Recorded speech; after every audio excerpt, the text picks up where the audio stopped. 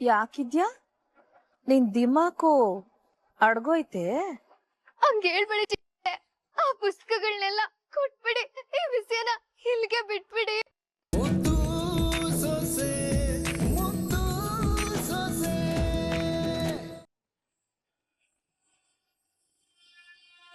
ಅಯ್ಯೋ, ನಿಮ್ ದಮ್ಮಯ್ಯ ಅಂತೀನಿ, ಅಂತ ಕೆಲ್ಸ ಮಾತ್ರ ಮಾಡ್ಬೇಡಿ.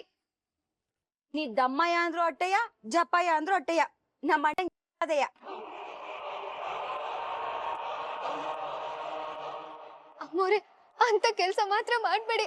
ನಿಮ್ ಕೈ ಮುಗಿತೀನಿ, ಬೇಕಾದ್ರೆ ಕಾಲಿಗೆ ಬೀಳ್ತೀನಿ. ನೀವೇನೇ ಶಿಕ್ಷೆ ಕೊಟ್ರು ಅನುಭವಿಸ್ತೀನಿ.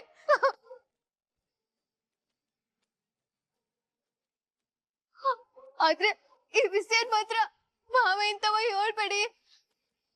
ಇದರಿಂದ ಬೇರೆನೆ ಸಮಸ್ಯೆ ಆಯ್ತದೆ. ಮಾವಯ್ಯ ನಮ್ ಗೌಡ್ರನ್ನ ತೆಪ್ ತಿಳ್ಕೊಂಡ್ಬಿಡ್ತಾರೆ. ಇವಳು ಮಾತಾಡ್ತದ ಕೇಳಿಸ್ಕೊಂಡ್ರ?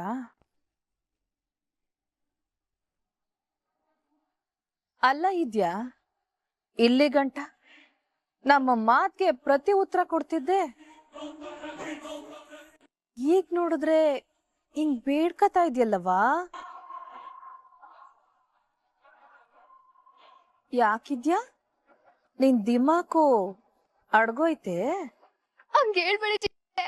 ಆ ಪುಸ್ತಕಗಳನ್ನೆಲ್ಲ ಕೊಟ್ಬಿಡಿ. ಈ ವಿಷಯನ ಇಲ್ಲಿಗೆ ಬಿಟ್ಬಿಡಿ. ಅಲ್ಲ ಇದ್ಯಾ, ಫೋನ್ ಮಾಡಿದ ವಿಷಯನ ಮನ್ಸಲ್ಲೇ ಬಚ್ಚಿಟ್ಕೊಂಡಿತ್ತು. ಆ ಇಸ್ಯ ಆಚೆಗ್ ಬತ್ತಿದ್ದಂಗೆನೆ ಆ ಇದ್ದಿಂದ ನನಗ್ ಮುಕ್ತಿ ಕೊಟ್ರೆ ಅಂತ ಬೇಜಾನ್ ಮಾತಾಡ್ದೆ. ಇದೀವಾಗ ಆಚೆ ಬಂದ್ರೆ ತೆಪ್ಪಾಯ್ತದೆ? ಇದರಿಂದ ಮುಕ್ತಿ ಬ್ಯಾಡ್ವೇನವ ನಿಮ್ಗೆ? ಚಿಕ್ಕತ್ತೆ, ಏನು ತಿಳಿದೆ ಮಾಡ್ಬಿಟ್ಟೆ. ಅದ್ನೆಲ್ಲ ಮನ್ಸಲ್ ಮಾಡಿಕೋಬೇಡಿ. ಆ ಪುಸ್ತಕಗಳನ್ನೆಲ್ಲ ಕೊಟ್ಬಿಡಿ ಚಿಕ್ಕತ್ತೆ. ನಮ್ ಮಟ್ಟಿನಾಗೆ ಯಾವ್ದ್ ನಡಿಬಾರ್ದು ಅಂತ ಕಟ್ಟಪ್ಪಣೆ ಇದ್ದತೋ ಯಾರಿಗೂ ಗೊತ್ತಾಗ್ದಂಗ್ ನೀನ್ ಅದನ್ನೇ ಮಾಡ್ತಿದ್ಯಲ್ಲ, ನೀನಿಗ್ ಎಷ್ಟು ಕೊಬ್ಬಿರ್ಬೇಡ. ಅವ್ವ ಇವಳ್ತಾವೇನವ್ವ ಮಾತು? ಈ ವಿಷಯನ ದೊಡ್ಡಪ್ಪಂತಾವ್ ಹೇಳೋಣ ಬಾ.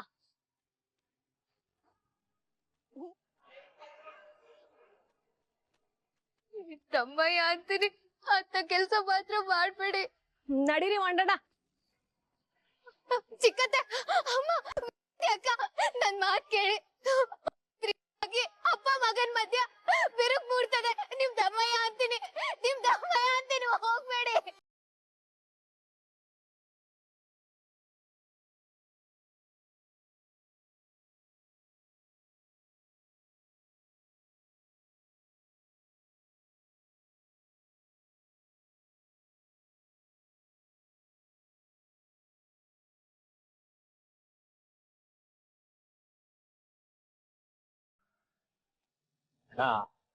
ಹಿಂಗೆ ಆದ್ರೆ ನಾವ್ ಅನ್ಕೊಂಡಂಗೆ ಎಲೆಕ್ಷನ್ ಪ್ರಚಾರ ಮಾಡಿ ಮುಗಿಸೋದು ಕಷ್ಟ ಆಯ್ತದೆ.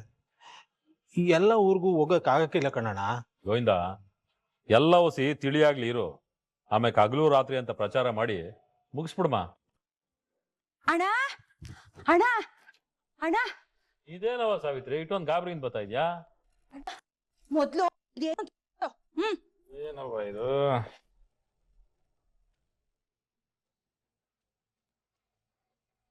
ಅಲ್ಲವ ಸಾವಿತ್ರಿ, ಇವನ್ ನೋಡ್ತಾ ಇದ್ರೆ ಲೆಕ್ಕದ ಪುಸ್ತಕನೂ ಇದ್ದಂಗಿಲ್ವಲ್ಲ? ಅಣ್ಣ, ಇದು ಒಂದ್ ರೀತಿ ಲೆಕ್ಕದ ಪುಸ್ತಕನೇ ಅಣ್ಣ, ಆದ್ರೆ ಖರ್ಚು ವೆಚ್ಚದಲ್ಲ. ಒಬ್ರು ಯೋಗ್ಯತೆದು, ಅವ್ರು ಏನು ಅನ್ನೋ ಮುಖವಾಡದ್ದು. ಅದ್ಯಾರು ಅಂತ ಗೊತ್ತಾಗ್ಬೇಕಂದ್ರೆ ಪುಸ್ತಕ ತೆಗೆದು ನೋಡಣ್ಣ.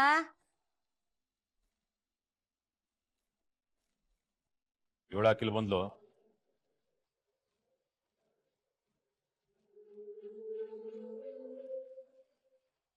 ಮೊದ್ಲು ಅಣ್ಣ, ಇವಳು ಬೇಕು. ಅದಕ್ಕಿಂತ ಮುಂಚೆ ಪುಸ್ತಕ ತೆಗೆದು ನೋಡು.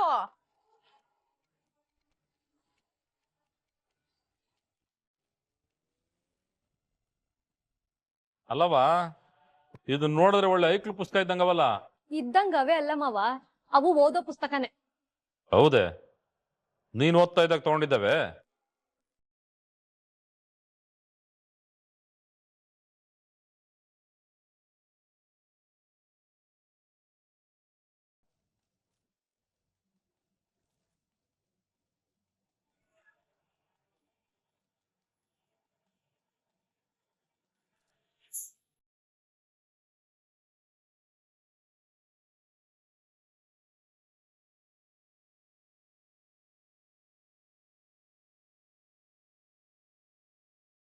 ಏನದು ಏನದು ಪುಸ್ತಕದ ಮೇಲೆ ಬರ್ದಿರೋದು?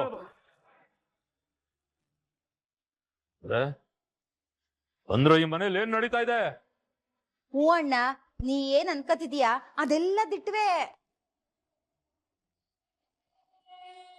ಇವು ಅವಳು ಇವಾಗ ಓದಕ್ಕೆ ಅಂತ ತಂದಿರೋ ಪುಸ್ತಕಗಳು.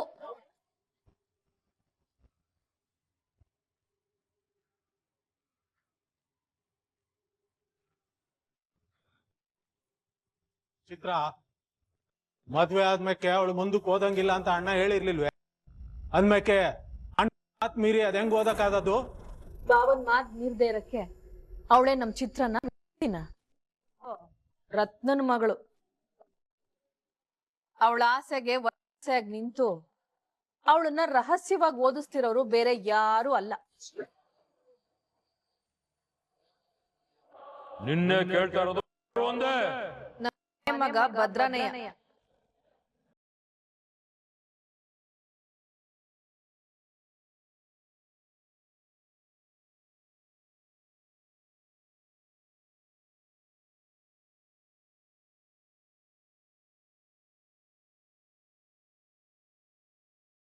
ಆಟೆ ಅಲ್ಲ ಮಾವ, PUC ಮುಗಿದ್ಮೇಲೆ ಅವಳ ಆಸೆ ಪಟ್ಟಂಗೆ ಡಾಕ್ಟರ್ ಓದಿಸ್ಬೇಕು ಅಂತವ ಯಾರಿಗೂ ಕಾಣ್ದೇ ಇರಂಗೆ ಕೋಚಿಂಗ್ ಕ್ಲಾಸಿಗೆ ಸೇರ್ಸಿ ಕರ್ಕೊಂಡೋಗವ್ರೆ.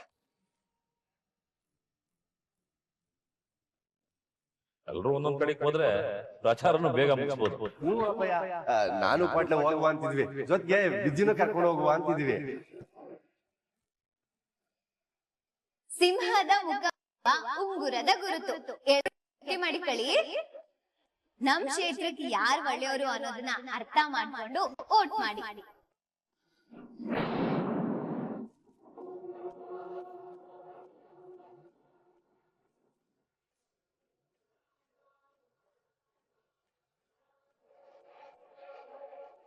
ದೊಡ್ಡಪ್ಪ, ಎಲೆಕ್ಷನ್ ಪ್ರಚಾರಕ್ಕೆ ಅಂತ ಸುಳ್ಳು ಹೇಳಿ ಕೋಚಿಂಗ್ ಕ್ಲಾಸ್ಗೆ ಹೋಗಿರೋದು.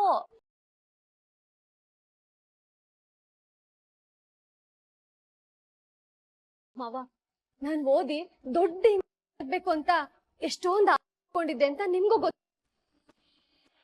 ನೀವ್ ಹೇಳಿದ ಒಂದೇ ಒಂದ್ ಮಾತ್ಗೆ ನಾನು ಚಿತ್ರಕ್ಕ ನಮ್ಮ ಆಸೆ ಕನ್ಸುಗಳನ್ನೆಲ್ಲ ಸಾಯಿಸ್ಕೊಂಡು ಸುಮ್ಕೆ ಆದ್ವಿ. ಯಾಕೆ ಹೇಳಿ? ನಿಮ್ ಮೇಲಿದ್ದ ಗೌರವಕ್ಕೋಸ್ಕರ. ಬಿಡು ದೊಡ್ಡಪ್ಪ, ಆಚೆ ಕಡೆಯಿಂದ ಬಂದವಳು. ಆದ್ರೆ ಭದ್ರ ನಮ್ಮನೆ ಮಗ ತಾನೆ. ಅವನ್ಗೆ ನಮ್ಮನೆ ಕಟ್ಟಪ್ಪಣೆ ಗೊತ್ತಿದ್ರುವೆ ಇಂಥ ಕೆಲ್ಸ ಮಾಡ್ಬಿಡಿ ಏನ್ ಅರ್ಥ ಹೇಳು?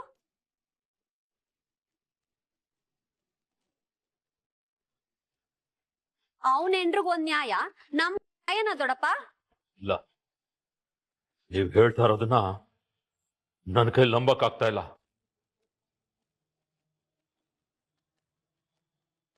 ನನ್ನ ಮಗ ನನ್ನ ಮಾತು ಮೀರಿ ನಡ್ಕೋತೇನೆ ಅಂತ ಅದ್ಯಾವ್ರೇ ಬಂದು ಹೇಳಿದ್ರು ನಾನು ನಂಬಕ್ಕಿಲ್ಲ.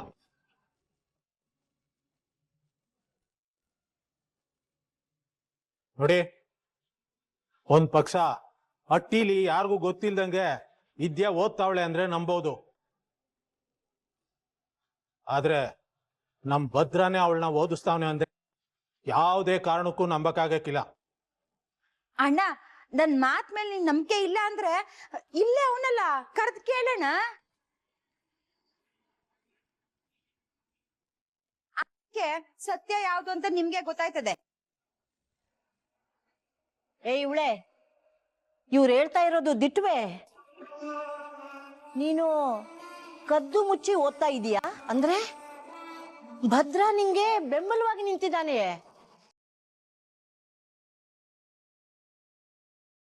ಭದ್ರ, ಯಾರೇನ್ ಬೇಕಾದ್ರೂ ಮಾತಾಡ್ಲಿ, ಹೇಳ ಮಗ, ಹೇಳ್ತಾ ಇರೋದು ಸುಳ್ಳು ಅಂತವಾ? ಹೇಳ ಮಗ.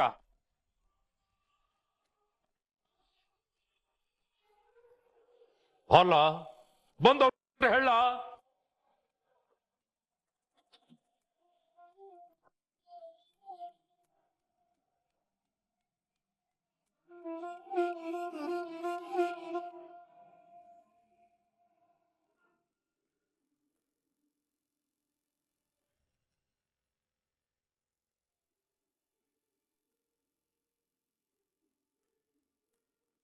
ನೀನು ನನ್ನ ಮಾತು ಮೀರಿ ನಡೆಯೋದಕ್ಕೆ ಸಾಧ್ಯನೇ ಇಲ್ಲ.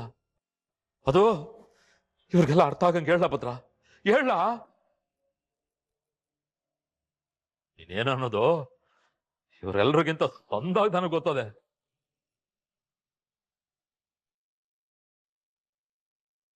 ನನ್ನ ಮಗ ಯಾವತ್ತೂ ಅಪ್ಪನ ವಿರುದ್ಧ.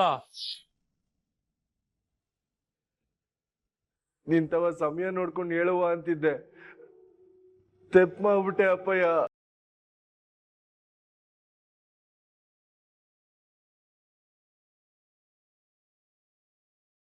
ದಯವಿಟ್ಟು ನನಗೆ ಕ್ಷಮಿಸ್ಬಿಡು ಅಪ್ಪಯ್ಯ.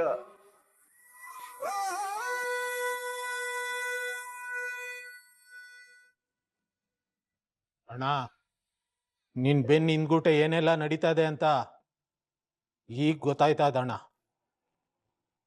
ಯಾರನ್ನ ನಂಬೋದು ಯಾರನ್ನ ಬಿಡೋದು ಒಂದು ಗೊತ್ತಾಯ್ತಾ ಇಲ್ಲ. ಅಯ್ಯೋ ಅಯ್ಯೋ, ನಿನಗೆ ಅದೇನಾಗಿದ್ಲ ಭದ್ರ?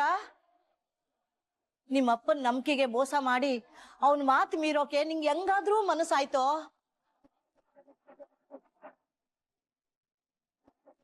ನಿಮ್ಮಪ್ಪನ ಮಾತಿಗಿಂತವ ಇವಳ ಆಸೆನೆ ದೊಡ್ಡದಾಗ ಹೋಯ್ತೇನೋ?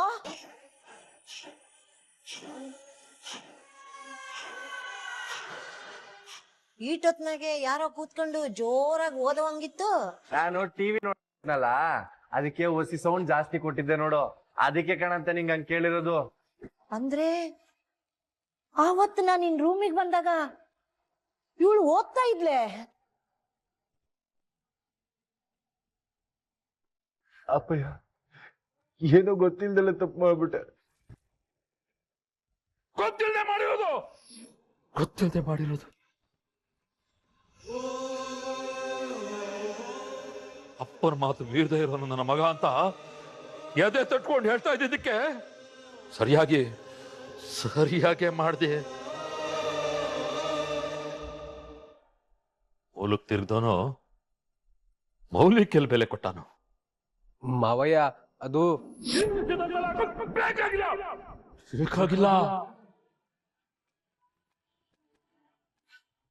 ಇವನ್ ಯಾವತ್ತು ನನ್ನ ಮಾತು ಮೀರಿ ನನಗೆ ಮೋಸ ಮಾಡ್ಬಿಟ್ನೋ ಆಗ್ಲೇ ಇವನ್ ಮೇಲಿದ್ದ ನಂಬಿಕೆ ಸತ್ತೋಯ್ತು. ಅಪ್ಪನ ಆಸೆನ ಬಲಿ ಕೊಟ್ಟರು ಮಗನೇ ಅಲ್ಲ.